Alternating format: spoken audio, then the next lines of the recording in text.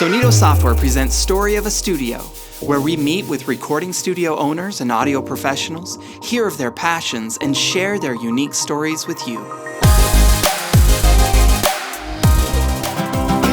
You told me I was your one and only, swore on all you called holy, but you must have left out my name.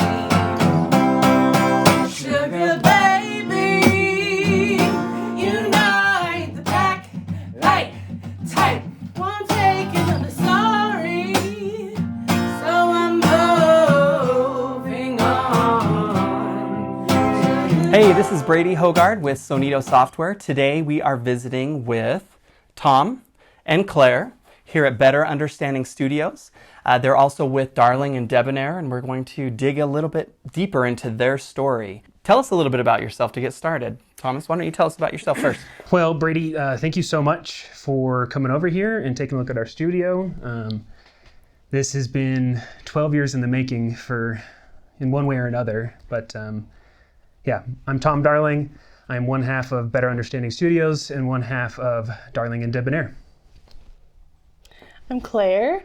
I'm the other half of Better Understanding Studios, and I'm the Debonair to Darling and Debonair. That's perfect. Well, your studio space is terrific. It's a really happy, inviting space. Tell us a little bit about... I wish I could say that I chose the wall color, but I didn't. The previous owners chose the wall color, and we just kind of went with it. And, you know, I think it does add a lot of character to the space. Immediately, it's kind of energizing. And I think it, hopefully looks good on camera. We're going to see. Well, what's interesting about the color is you walk into a lot of studios, and a lot of times they're dark, or dark colored walls, or sometimes they're just all white. It does give a lot of color and its personality, and that's probably a lot of what you're going for by that comment, right? So tell us about the history. I mean, where did this studio space come from? How did you build out this space for yourself? So, like I was saying, it all started about 12 years ago. I lived in this house, but I was just renting it from my friend who owned the house at the time. And for $400, I got a room in her house, and then I got pretty much free reign in this space. And I had been a musician, a songwriter for years, but it was in this space where we chose to name it Better Understanding Studios, and really started to focus on incorporating, a computer into our creative process, so that we're starting to, capture traditional performances of a recording, but also kind of experiment with all the things that you can do with a computer in computer music. And so that started in 2008, and then I've had to move, a number of times, but we've kind of kept the name Better Understanding Studios. And just recently, through some crazy turn of events, I was fortunate enough to be able to buy this house. And so now I own the home that I used to rent 12 years ago. And I, again, have, unfettered access to this space. And it's just a dream come true. I feel like I bought my dream home. And it's a lot to do with this space. That's great. Yeah, the memories and the experience you had. Yeah, absolutely. I feel like I never moved out, even though I did move out. I think there was just this... in my creative, brain, it was just always, there was some part of me that was just left here. So it's been so freeing to come back to this space. What are your thoughts about coming back to this space? I was just going to say it's definitely been like a coming home. Yeah. And I hope that everyone feels that way when they walk in. I hope it's comfortable and gets all the good juices flowing. Yeah. I'm comfortable. So good. I think it's working. So. Good. So well, and I understand there's a history of this space, a musical history of this space, even before you came 12 years ago. And that's why I think I initially was so drawn to this space. But so prior to 2008, when my friend purchased the home, this was owned by a gentleman who built violins in this room. And that's why there's 1,000 different outlets, because he had all his woodworking gear plugged in and ready to go. And so I don't know how long he lived in this home, but it was a good amount of time. So there's been decades of creative energy in here. Yeah, I mean, you're going to tear out these walls and you're going to find violins and the soul of this space. That would be really amazing. Yeah. tell me about your story. I mean, how did both of you come into music? What are your earliest memories of music, and what has led to Darling and Debonair today, as well as Better Understanding Studios? You go for I'll it. start. Yeah. I've got it ready. My love of music started very early. At my house, we had this collection of there were hot pink tapes, and it was like a series, right, for from 40s to the 70s of all these oldies hits. And man, as a kid, I wore those tapes out. I would sing for my family. I would make them watch me perform. I had a little microphone that I would sing with. I've always wanted to sing. I've always loved music. I was really fortunate that my parents were music lovers. I have sisters. We all took a harmony part in the car driving. I just have always been so in love with music. Okay. Yeah. That's terrific. Those tapes, man, I'm telling you, they really expanded my mind a lot. I grew up in Heber, really small town, not a lot going on, so it was such a good exposure to culture and different types of music. Yeah, it all started with tapes, and tapes are making a comeback now, so a little comeback. Yes. So that's good. That's good. Tom, what about you? What are some of your earliest memories of music? No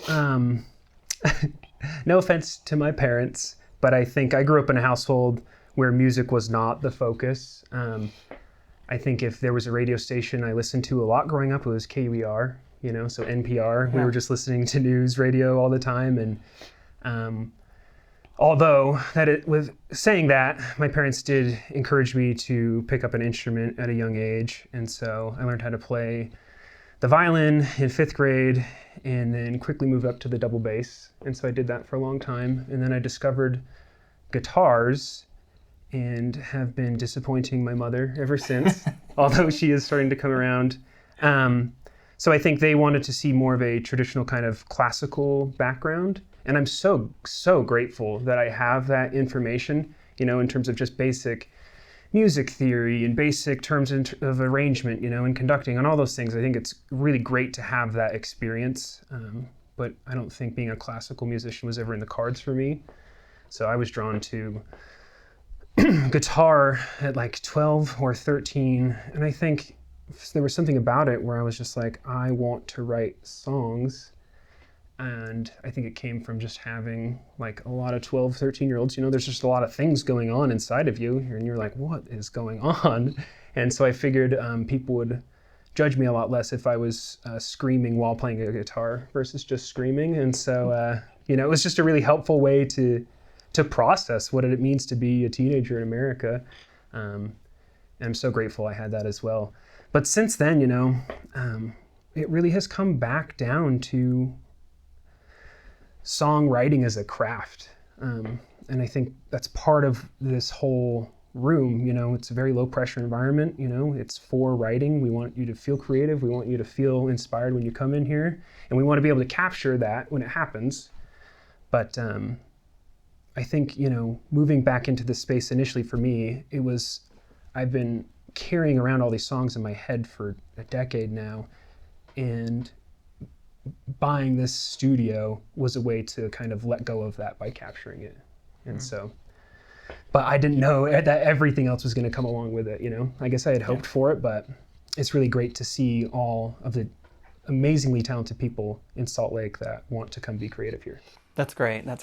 Now, correct me if I'm wrong, but I believe initially in this space you had started using this studio space for Darling and Debonair. Mm-hmm. At what point did you start to grow that? I mean, you were using it for yourselves personally as a studio recording space. At what point did that start to transition into more of an outward invitation for others to come and experience Better Understanding Studios? Yeah, I think for me, I was so excited to have a studio, and so I just was telling all my friends about it. One of my buds, his name is Rob Jepson. He's in a band called The Melons. And I was telling him about the space, and he's like, that's really cool. Have you ever thought about offering other services besides just recording and just having people come and write songs there? Because he reminded me that I had gone to law school and I have my JD, so I can practice law. And so it was him saying like, hey, but maybe you could do this and more, you know? And we just kept saying yes to every and, yep, and, yep. And it's been working out really well for us. So Claire, I understand you are acting as the studio manager today. Yeah. Tell me a little bit about that role and how that works for the studio space. That works like me just being the GM in charge of all operations. I think at this point, Thomas and I kind of tag team scheduling, but this guy's wearing engineering hats and this guy wears a lot of hats. So I'm stepping in as the supportive management role. I genuinely love that anyway, greeting people, and I like having my hands in all the pots. So it was just a perfect fit for me naturally to step into that role. Yeah, and from what I can say is just, it was kind of a natural transition from her being my songwriting partner to also being the studio manager, because they are so intertwined. But what I've realized is you can get a lot more done if you're not trying to do it all on your own, you know? And so having a partner that you can work with really closely, I can lean on Claire, Claire can lean on me, right? And we can get things done.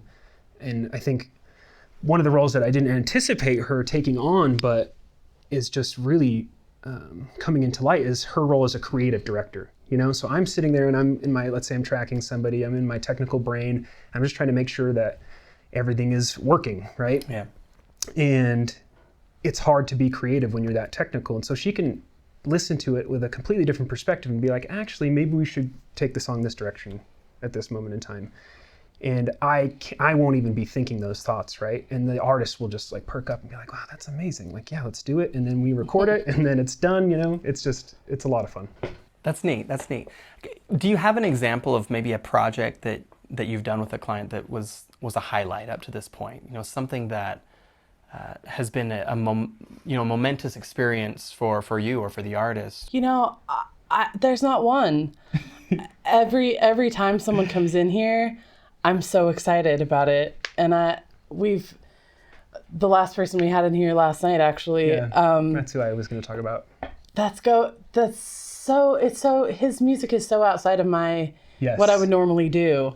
And man, I just am eating it up. I'm so captivated by what's happening, and I'm loving the process.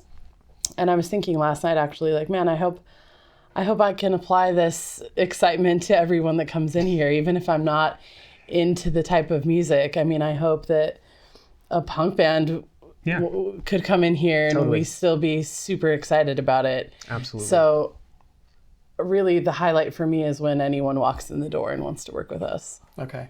Well, and what types of musicians or artists are typically drawn to you? Have you done, any number of genres, or do you find that you're catering more to one over another? I would say no. I think we're trying to keep a pretty open door. And where I'm not trying to focus on genres, I'm trying to focus on communities of people, you know? And so are there certain communities of people that I'm not reaching out to, even though I've lived in Salt Lake my whole life, you know? How do I get them to come in here? And then beyond that, I am trying to be a beacon for Sugar House and for this neighborhood. And the artist that we were working with last night, Couple Magic, lives in Sugar House. And we wanted to be like, come on down. You know, you've got a couple hours, you know, the studio's open. Let's make some music. Let's be creative. Let's get something done. And let's help you out, make something that could support yourself as an artist and keep this whole thing moving. That's great. You know, and that makes me wonder a little bit about, you know, the personality of your studio. So what would you say, you know, outside of other studios here in the community, what are some of the differentiators? How are you differentiating your studio from others that are out there today? I think probably primarily, and the easiest way to talk about it is that it's not run as a commercial studio space, you know? I think I don't want money to be the limiting factor to you coming in here and being creative. I think the limiting factor is going to be time and that you have an idea that you're actually ready to execute on, you know? So if we have those two things, let's get it done right now. And if it results in a finished product that then creates value for the community that your fans, let's say, or if some other community, or it gets licensed, or however, all the different little slivers of income that artists kind of have to gather together these days, it starts gaining traction in those. Let's figure out a way so that we can both benefit, so that you can come back to this space, keep doing that kind of work, keep supporting yourself, right? It's just so hard for most artists these days. If you're spending, a year writing a batch of songs, and then you spend a bunch of money recording them, and you put it out there, and your streaming revenue is just not gonna do it for you. And more often than not, even for really established artists, the streaming revenue thing is something that's really, I think it's difficult, because I think it's a great thing for the listeners to have Spotify. You have all this music. It's everything, that's ever been recorded is what it feels like. It is in front of you. And so it's great for the listener, but for the artist, you make something and it's almost the same thing as giving it away, and so we're just trying to explore different ways of creating value and rethinking the audience and listener relationship so that we can create value on both sides and not value for Spotify. And I do think Spotify is important for music discovery, but I struggle to see the benefits that it provides for artists and how it supports artists. That's interesting. Yeah, and so it really sounds like what you're telling me is the way that Better Understanding Studio is differentiating themselves in the community. You are differentiating yourselves in the community is bring these musicians in and giving them maybe a different experience that they would have. They may or may not have perfected their music. What you're inviting is an environment where they can come in and they can create, and they're not on the time clock per se. Yes. They're able to explore and maybe even learn who they are as a musician better. It sounds like that would be amazing, because music is a great vehicle for personal development. So and you've been through it with Darling and Debonair, right? I mean, you're coming from that perspective into audio production space. I think on one hand, I want it to be as easy as you see, a hip hop producer, where it's like, I've made a beat, you rap, peanut butter and jelly sandwich, it works, it just works, it's done. I want it to be that kind of workflow where it can be that seamless. Now, when you're working with acoustic instruments, it can be a lot more difficult. It takes more time. You got to set up things. I understand all that, but I want it to be that kind of seamless thing where it's like, let's link up, let's make some music together, let's put it out for the world, and let's see if they like it. So, yeah. Okay, so you're offering audio production services. I mean, bands or musicians, artists coming in, and you did mention a few minutes ago about you're always saying yes. Can you offer this? Can you offer the other? Tell me a little bit about maybe some of the other services that you offer. Yeah, I think it comes down to we're not a record label, we're not a management company, we're not a recording studio, we're not just a production duo, we're not just songwriters. We're all of these things, and Better Understanding Studios holds the space for all of those things. But beyond that, I think what I am starting to explore a little bit more is to figure out, how do I use my legal brain to help set musicians up for success? Because while I think you shouldn't try to do everything on your own, there is a lot of DIY. You see a lot of those successful artists out there, like I would say like Wolfpack, right? They're really successful and they're doing it all on themselves, or doing it all by themselves. But if you could just have someone help you navigate, like, what does it mean to copyright a song? What does it mean to license something? How do all the different royalty streams add up to your $1 that you make a year? Those are really difficult things. There's a lot of confusing and conflicting information on YouTube. There's a lot of great information out there too, but I'd like to be that resource where it's like, now that you've made something that's amazing, it's beautiful, you put your heart and soul into it, now let's put that on a launch pad as well. But that is still something we're developing.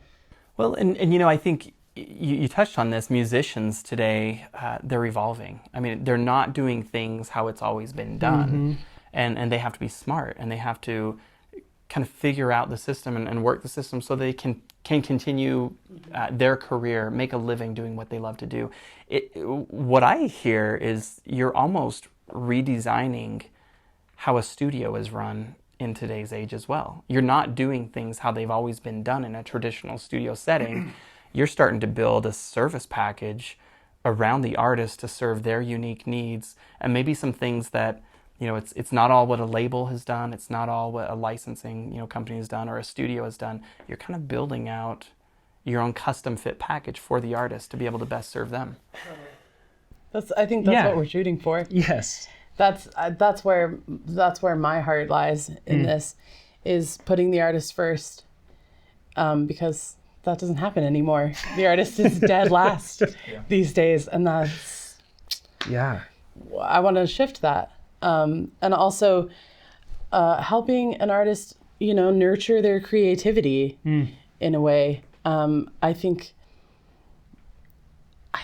it's unfortunate how wham bam things have to be these days, and I think that kills a lot of natural creativity. So by just getting rid of all that, taking it right off the plate, we don't have to deal with it, and an artist can come in and have a better experience. That's terrific. I mean, I think you'll be very successful in doing that. I mean, putting the customer first, right? Putting the artist first. It makes an impact, and I'm sure you're going to. You probably already are seeing repeat customers, repeat artists rather, coming back from that. But I'm sure you'll see more and more of that over time. Tell me, what are your goals? What are your ambitions for the next 5 years, the next 10 years? Do you think you'll still be in this space doing what you're doing? Do you think things will be moving to something bigger and better? I mean, what do you see for your future with Better Understanding Studio? Well, like I alluded to a moment ago, I think time is really the limiting factor with really bringing everything that we're trying to do into fruition. And so in 5 years, I would like to have this be my primary source of income, you know, running Better Understanding Studios, being a songwriter, all of those things. And do I think it would take 5 years to do that? Absolutely. You know, it takes a long time. And I think part of buying this house was setting up for the long haul, you know, really locking down our overhead so that we know where we need to be self-sufficient, you know, to be independently wealthy, and just to make sure that we can really focus all of our passion and time and attention onto this and not put any of it on the back burner, which, thankfully with the pandemic and being able to work from home, it doesn't feel like it's this back burner anymore, you know, even though I still do have my day job. So I'm really looking forward to what the future holds. I mean, Salt Lake is changing so fast. So many people are moving in. I'm really interested to see what the city looks like in 5 years. And hopefully it brings a bunch of talented artists who want to come play some music over here, you know, so. Here at Better Understanding Yes, Studio. absolutely. That's great. Well, Claire, tell me about passion. Right, we talked about your background and cassette tapes fueled your passion for music. Tell me about the passion that the two of you have here at Better Understanding Studio for music and the passion. We've touched on it a little bit, but how does passion for music and passion for, you know, these dreams that artists have to make a career in music, how does it fuel what you all do here in your studio space on a day-by-day basis? Oh boy. It is the fuel for what we do on a day-by-day basis here. Yeah. Passion is what I've survived off of all year, realistically, is this dream and this goal that I just don't have any doubt about what we're doing and what we're trying to do, and that it is good work and that it is needed work. You asked about where we see ourselves in the next 5 years, and we've been talking a lot about that because the industry is changing so much. Yeah. Wow, no one knows what it's going to be like in 5 years or next year even. Next year. Yeah, like we don't really know what music looks like. It's all shifting. So for me, it all just comes back to the artist and the creativity. That's the only constant that we know right now that we can count on, is that there are people that are making music and that are writing beautiful pieces of work. And my passion is just to help people pursue that same passion and to make it into something, to realize all the things that they hear in their mind. And just help people get it all out. Yeah, so just going off Claire's point, I think the phrase that comes to mind is music as a service, right? What we're trying to do is have that be the value, right? And what does that mean? Well, it means, showing up in somebody's backyard and entertaining a handful of people, but it also means holding a space for artists to come in so that they can feel like they're being heard, right? When they're getting their music out, because they need to get it out of themselves, right? For their mental health. And then music as a service for the listeners, right? We want to be creating evocative, emotional things that people relate to, that they can experience, they can identify with. And so when it comes down to passion, it's like, that's my passion now, is like, how do we create music as a service that is providing value to our communities that is then reciprocated back to us? Yeah, that's beautiful. And I've said it before, but I feel like the music industry, I've never seen a more passionate industry in my life. And I've worked in a number of different industries in the past, but audio production, these engineers and producers and others, artists involved in the music industry are so passionate. And it's incredible. And I know with that same passion, you're sure to see success, and we wish you the very, very best in all that you do. Yeah, thank you so much. I really appreciate the vote of confidence, because it can feel like you're out on an island, it gets pretty lonely. So thankful I got Claire here, because it's a lot of work. It's a lot of hard work, and there's so much of it that people don't see backstage. So thank you for shining a light on it. My last question for you is, for these musicians or even individuals that want to get into audio production or producing, with your wisdom and your experience that you've gained through, better understanding studio, what are your recommendations for those that want to break into this industry? Don't try and do it all alone. You don't have to do it all alone. Yeah. There's tons of information. There's tons of people that have made all the mistakes. Save yourself a lot of time and energy and just reach out. We've reached out to a bunch of people in our process, and everyone was so helpful and willing to share information and share trade secrets, which is great, because, save yourself a lot of time and money. Just reach out, ask for help when you don't know what to do. That's my recommendation. Yeah, I would say if it's something that you want to do, trust in yourself that you can do it. Work through the frustration so that when the moments of inspiration come, it is effortless. And like Claire was saying, this isn't about you. For you to be successful, you're going to have to either build or find a community that wants you to be a part of it. So really invest in understanding what that community could be and how you could develop that. So it's just going to take a lot of work, and a lot more work than you ever expected. And after you wrote a song, then you're going to have to figure out how to record it. And then after you record, you're going to have to figure out how to release it. And there's just always the next challenge in front, but just keep going for it, because music is a beautiful thing. We all need more of it in our lives. Oh, yeah. And it's not a zero-sum game. That's great. Those are great suggestions. Well, Tom and Claire, it's been a pleasure getting to know both of you and learning about your experience. It's been incredible being here at your studio space. Thank you so much for your time, and we look forward to seeing more and hearing more of what you're putting out for all of us to enjoy. Thank you so much. This has been a pleasure. It's great to talk about this project that we've been working on. It's so much fun. So thank you. Come anytime. Yes. Thank you. Yeah.